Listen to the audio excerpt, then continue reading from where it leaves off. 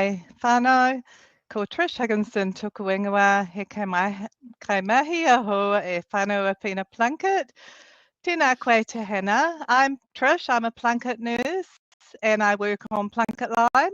Prior to Plunkett Line, I was a community practice nurse in a rural practice and now very much in the Plunkett Line 0 to 5 bubble and learning lots and lots about breastfeeding, which is our subject for tonight. So tēnā koe Hannah. Hannah has a wealth of knowledge and expertise on breastfeeding, and I'm excited to kōrero with you this evening, Hannah, if you'd like to introduce yourself. Oh, kia ora, Trish. Thank you for that. Ko Hannah Cook tuku ingoa. I am a clinical leader here on Plunkett Line, working in the lactation consultant space. I've been a Plunkett nurse for more than 20 years, and I too had a practice nursing background before joining Plunkett. I am really passionate about breastfeeding. I've been a lactation consultant for about 7 years now, and the reason I started was because breastfeeding didn't go well for me as I couldn't access support, and that was my real drive and passion and motivation to become a lactation consultant. Yeah, kia ora, Trish. Wonderful. Kia ora for that, Hannah. It's so nice to be able to bring our own personal experience into our roles to help and support whānau, isn't it? So thank you to everyone out there for joining us tonight. Tonight we'll be chatting about a few different subjects around breastfeeding, the importance and benefits of breastfeeding to both mama and pipi, how whānau can support breastfeeding parents so that they can continue to breastfeed. And we know that breastfeeding is a full-time job in itself, so that support's really important. We'll also talk about common obstacles and challenges we hear on Plunkett Line from breastfeeding parents and from Plunkett nurses in the community. And of course, the free services we have here at Plunkett to help people on their breastfeeding journey and also provide that layer of support. So to get us started, Hannah, why is breastfeeding so important for mama and for pipi? Yeah, thanks, Trish. So, breastfeeding has so many benefits for mum, for baby, for partners, for the environment, just everyone really. Breastfeeding and breast milk is the most optimal nutrition for the first 6 months of a baby's life, and it always has benefit no matter how old baby becomes and how long your breastfeeding journey goes on for. It's got all the really good amino acids. It's got the great building blocks for brain growth and development, building muscle, eye health, gut health, your gut microbiome, which a lot of people have heard a lot about.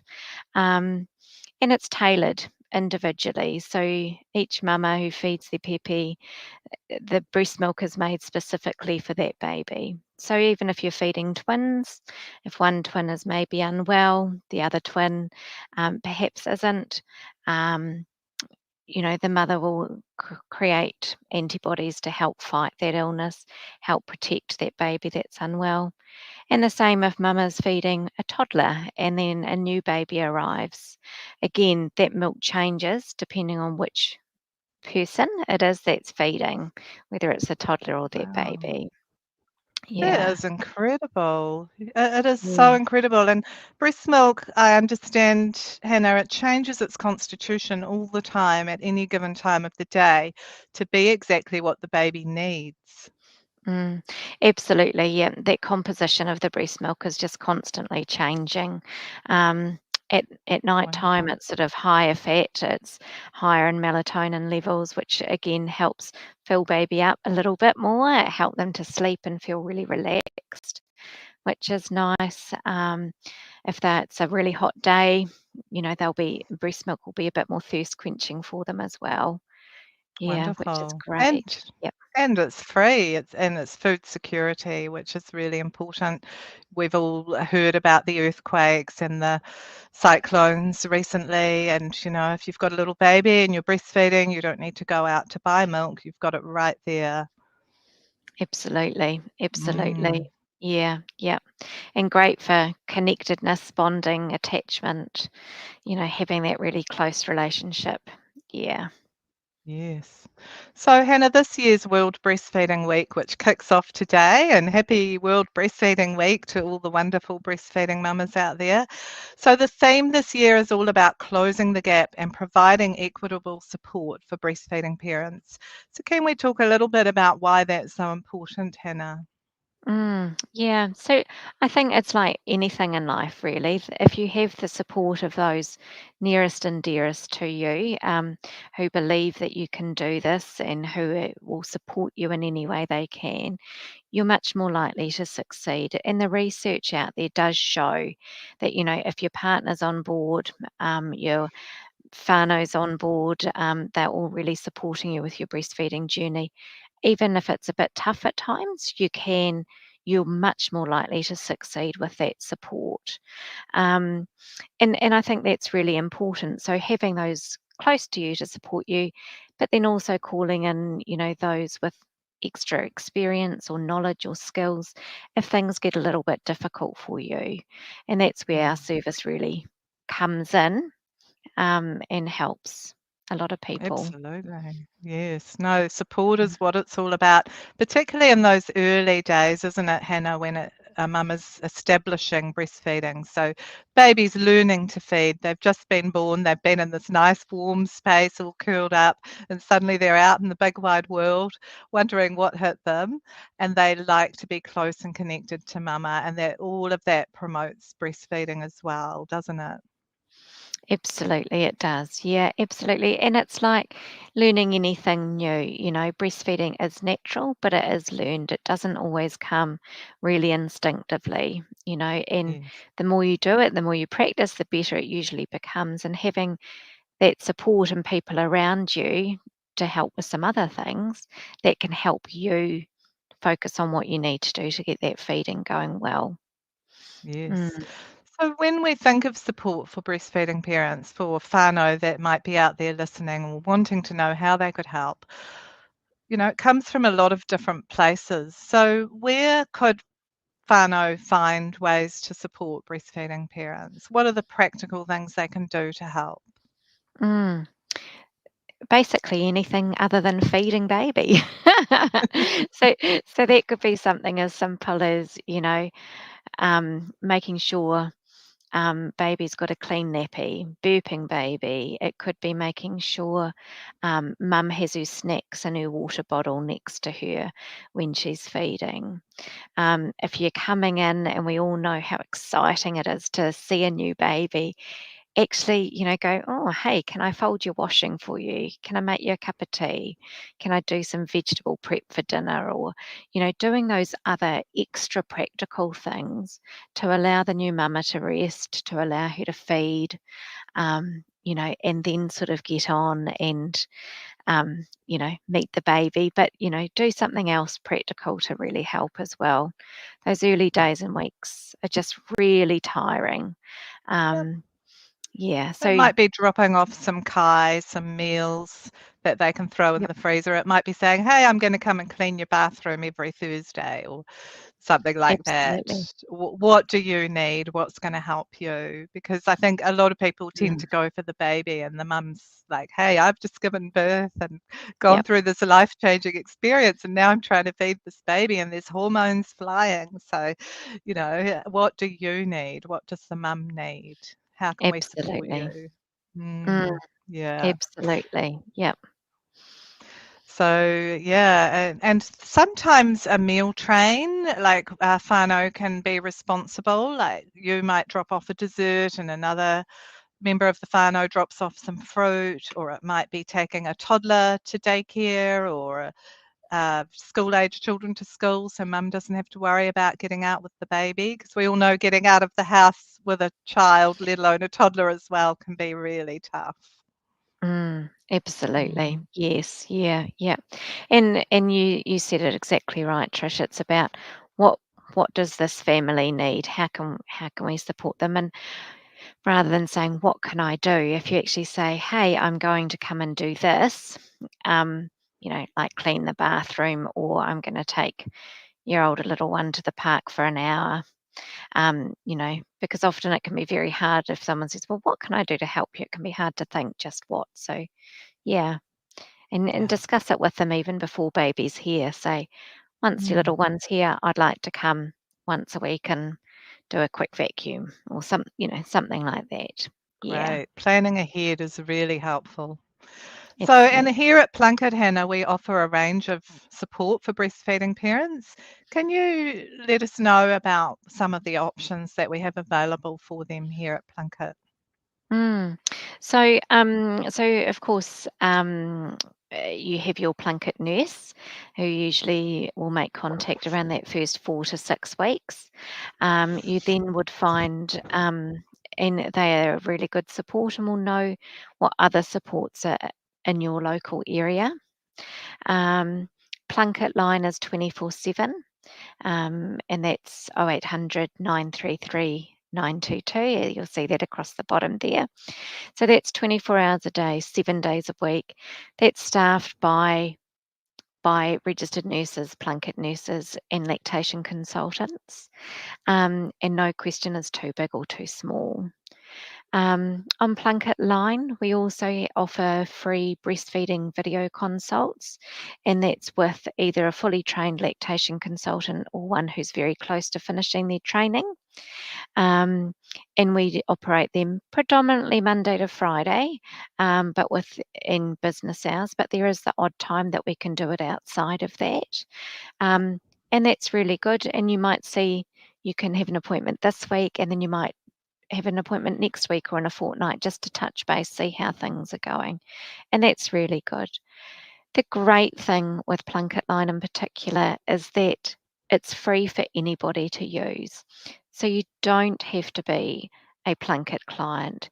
You may have your GP or an iwi provider, Pacifica provider as your well child provider, and well child tamariki kia ora, and that's perfect. You can still pick up the phone, you can still ring us, you can still speak to a lactation consultant on the phone or have a video consultation with a lactation consultant as well.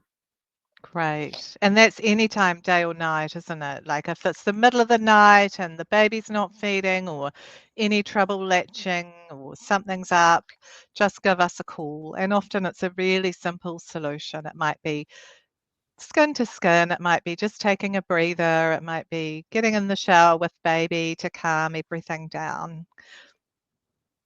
Exactly right, exactly right. And sometimes when our babies are distressed or we're not able to feed them, we can get a little bit anxious about that as well. And Mm, just by ringing someone, that good old phone a friend, often that can help us calm down a little bit too, which is just really nice. And that then too feeds through to baby. yes, Yeah, yeah, it really does. If mum's calm, baby tends to be calm. And if mum's getting stressed, that's where the supports can come in as well. yes, The co-parent may not be able to feed the baby, but they can take baby for a little walk and give mum a breather and then try again later. So, yeah. yeah. Absolutely. We've also got in some parts of the country, we've got the family centres as well.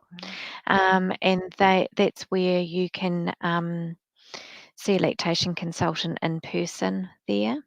A Right. really, really good way of supporting. Yeah, yeah. So, Wonderful. so that's also another option, but via video works really well, over the phone works well.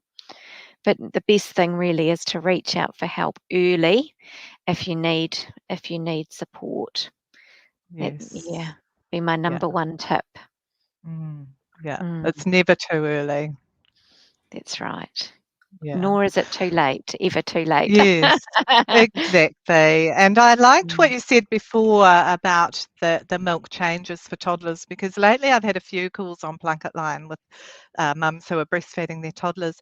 And when we talk about it, they didn't realise that it was actually still nutritious for toddlers, the breast mm, milk, and it becomes higher in calories as they grow. So, the World Health Organization recommends breastfeeding to 2 years and beyond, and there are real benefits for that. And I think that's another really good point that Whānau support parents who do continue to breastfeed toddlers, because it is normal and we need to normalise that. mm. Absolutely. Yes. And it's just, it changes as their needs change and, supporting them with improving their health and getting over illnesses sooner as they're getting older and they're being more exposed um, Mm. out in the community there as well. Yes, Yeah. starting Yeah. daycare. I So, also wanted to ask a little bit more, Hannah, about what you said before about the link to gut health, because I think that's something that's quite a new, it's not new information, but it's now just coming out. Like, how does breast milk link to gut health for baby? mm. So because breast milk is it's human milk for a human baby.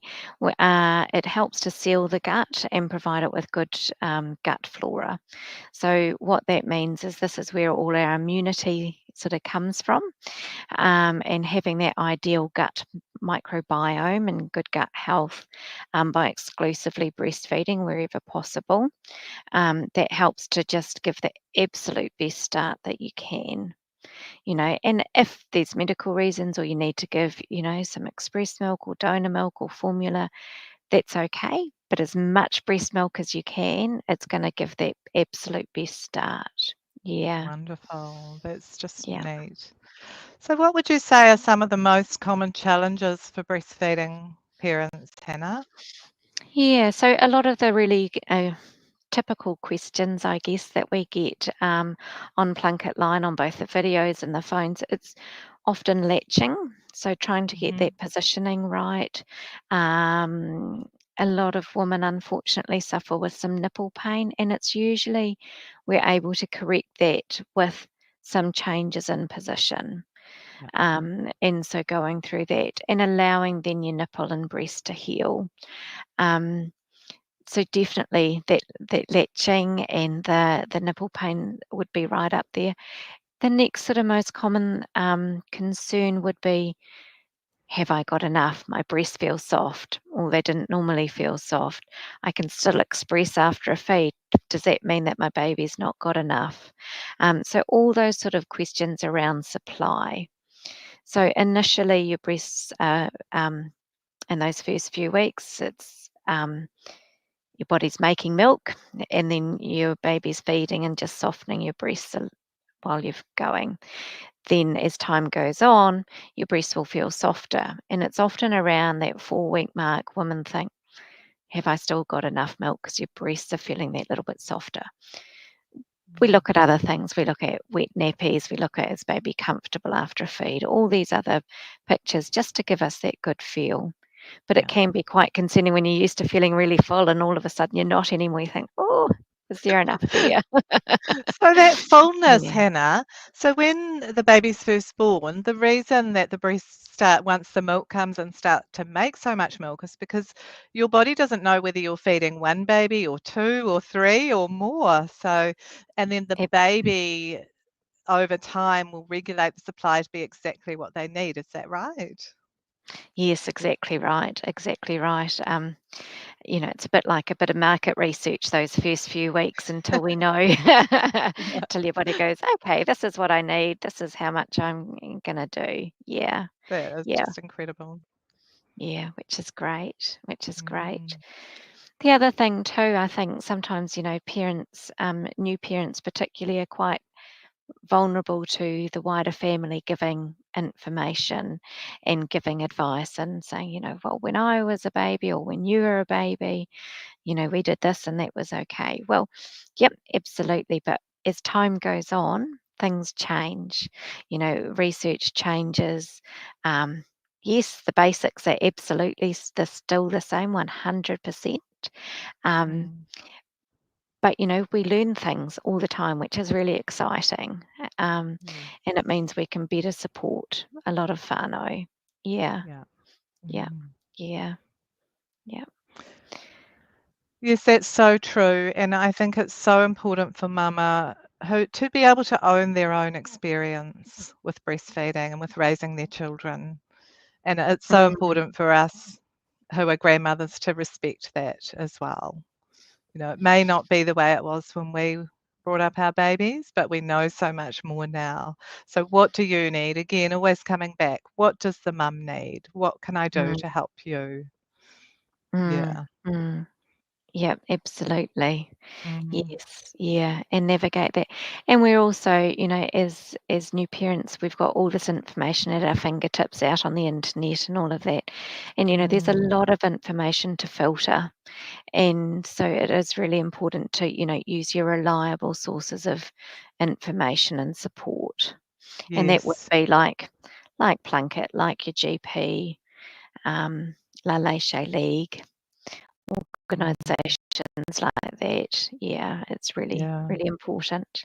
Mm, What mm. about managing feeding patterns and baby demand, Hannah? Because it is very much a demand supply thing, isn't it? So we don't recommend feeding on schedules. And there is a good reason for that, isn't there? Yeah, so multiple reasons why we recommend feeding on demand. And one of the main reasons really is mama's breasts. Uh, each breast has a different storage capacity. Each breast can produce a bit more um, or a bit less than the other one. We often have one side that produces more or less than the other. And what happens is, some women, they may sort of make slightly less milk at each feed, so their baby needs to feed more regularly to get what they need over the 24 hours. Some Yeah, women may have a larger storage capacity and they might need to feed slightly less often over the 24 hours. Now, it has yeah, nothing to do with breast size, okay? It's all about those glands and everything inside your breast tissue. So, you might think, oh, my neighbour's babies, only feeds every 4 hours and they're growing and thriving. My baby wants to feed every hour and a half, 2 hours. Both are totally normal, as yeah. long as they're growing and healthy. Mm. Um, so it's really important, as hard as it is not to compare your baby and your feeding story to somebody else's, but just to look at what you are doing, as that breastfeeding couple. Mm. Yes, and look at your baby's cues. What are they Yep. needing right now? There may be some parts of the day where they feed more often, like cluster feeding in the evening's quite common.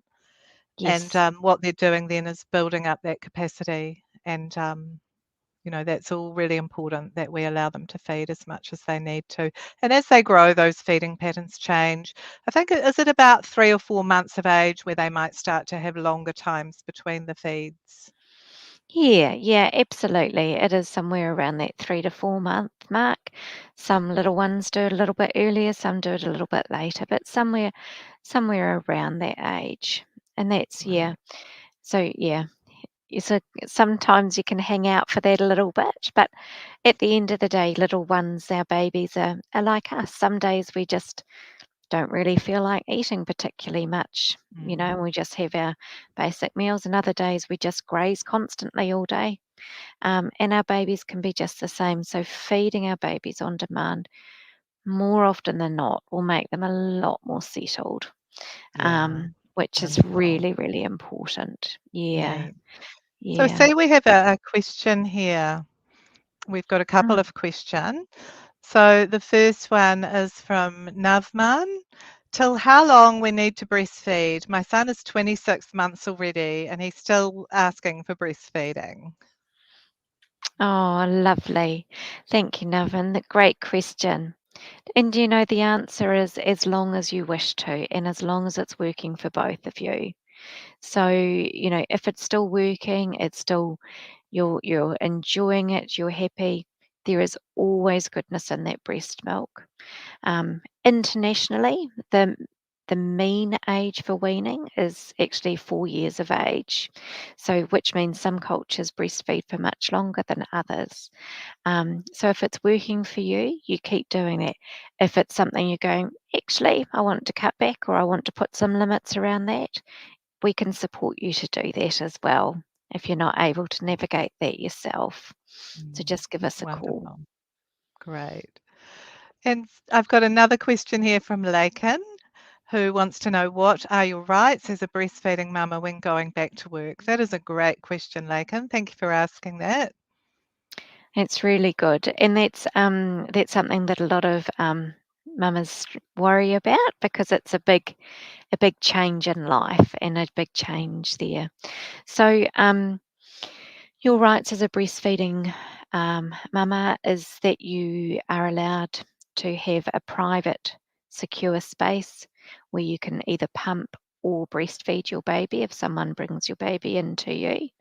You're also able to, you need to have somewhere secure and appropriate to store your breast milk. So, in the back of a fridge somewhere. Obviously, label it as well. Yeah, And last year, actually, we did a Facebook chat around breastfeeding and returning to work. So if you're interested in that, and I think that might be a good idea, we can put that link on the Plunket website. Sorry, on this great. Facebook chat as well. There Yes, is also information on the Plunket website too great. around that. But you absolutely have that right to breastfeed and or pump and Yeah, express whilst you're at work. Yeah, great. Excellent. yeah, And depending on the age of the baby when it comes to working and breastfeeding, so for example, if it's a younger baby, like 3 or 4 months, then you'd want to have a time during your working day where you can express where you'd be feeding at that same time so that you can maintain your milk supply. But if it's an older baby, you can probably go to work all day and still breastfeed at home and not have to pump. So it depends on the age of the baby. yeah. But The age of the baby, that's right, and then also what your normal feeding patterns are yes, at work, yeah, at home. And sometimes too, what we find is our little ones, those first few days at daycare, they may not drink particularly well, but they'll just want to feed and feed and feed when you get home. And sometimes they'll do what we call reverse cycling, so they don't feed particularly well through the day. But once you're home from work, they just want to camp out at the breast, reconnect, have all that goodness, and often will wake up a little bit more at night as well. Not mm, always, but it's not unusual to do for babies to do that. yeah, and that helps them with reassurance and that bonding and connectedness as well. So we have another question from Shira Tana, who wants to know what's the wait time like on the Plunket line, though.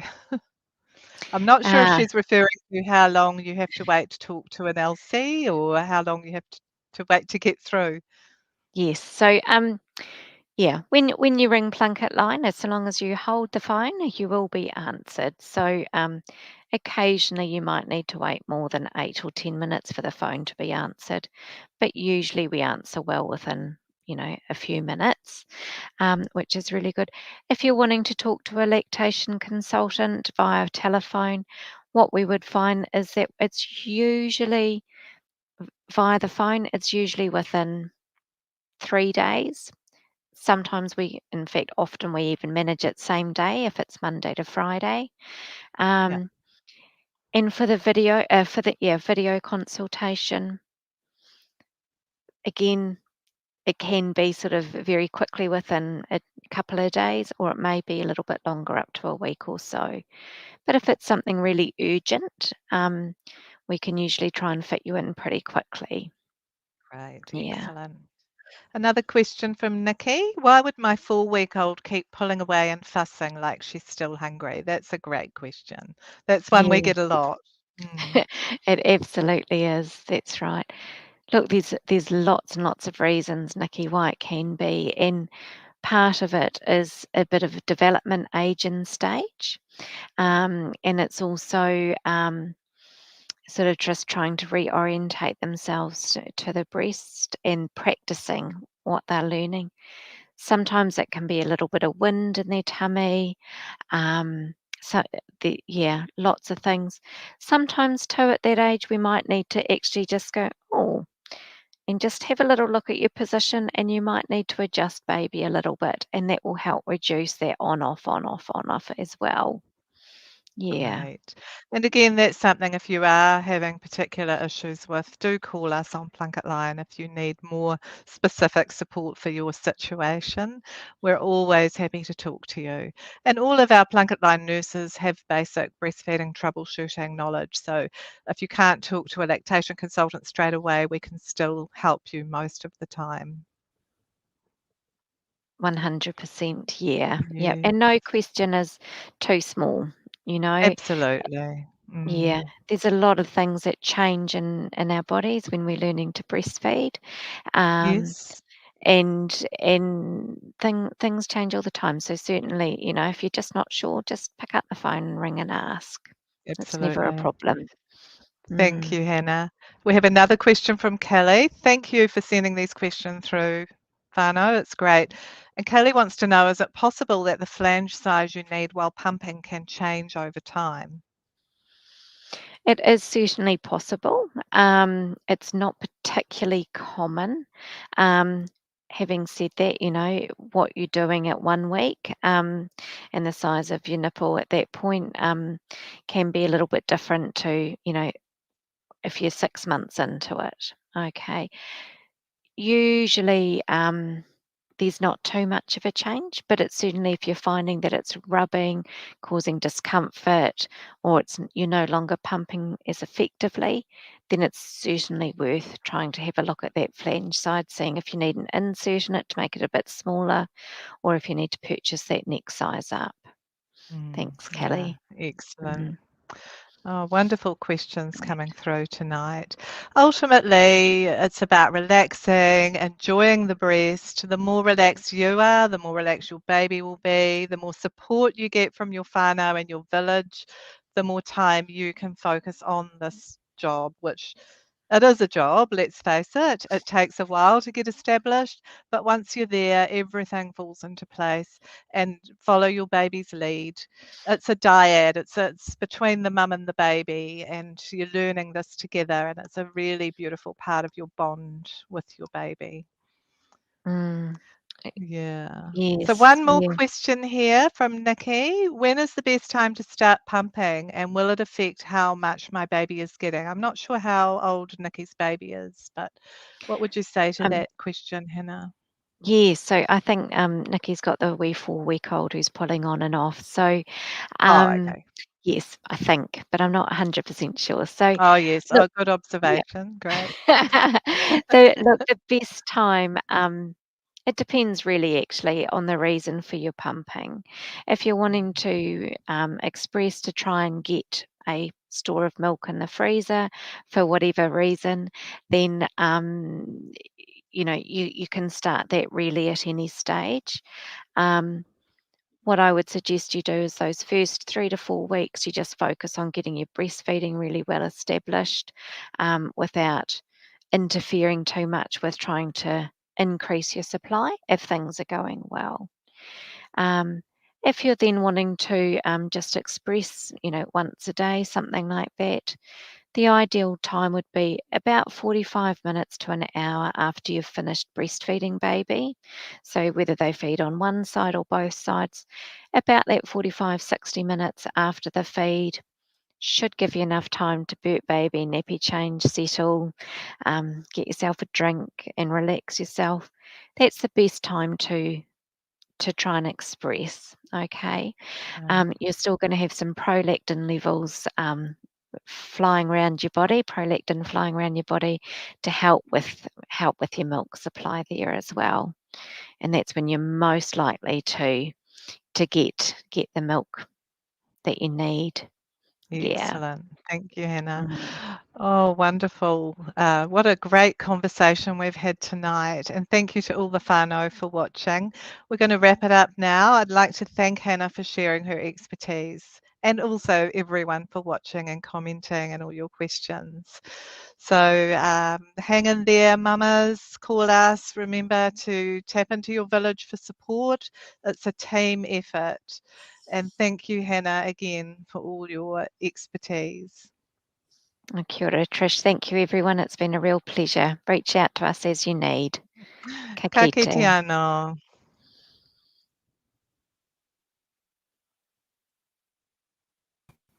Kia ora. You're all done.